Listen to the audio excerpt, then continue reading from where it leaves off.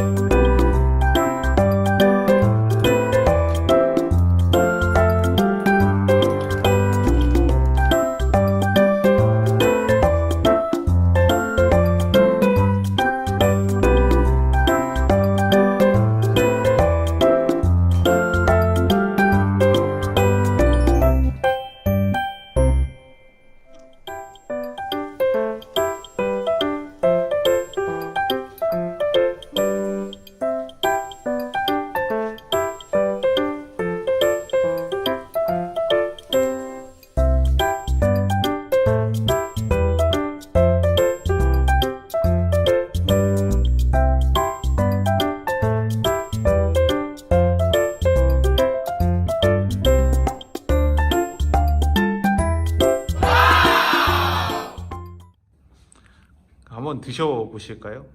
Let's try to eat. Looks good.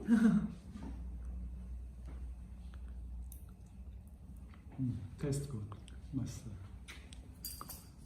The taste is very delicate and refined.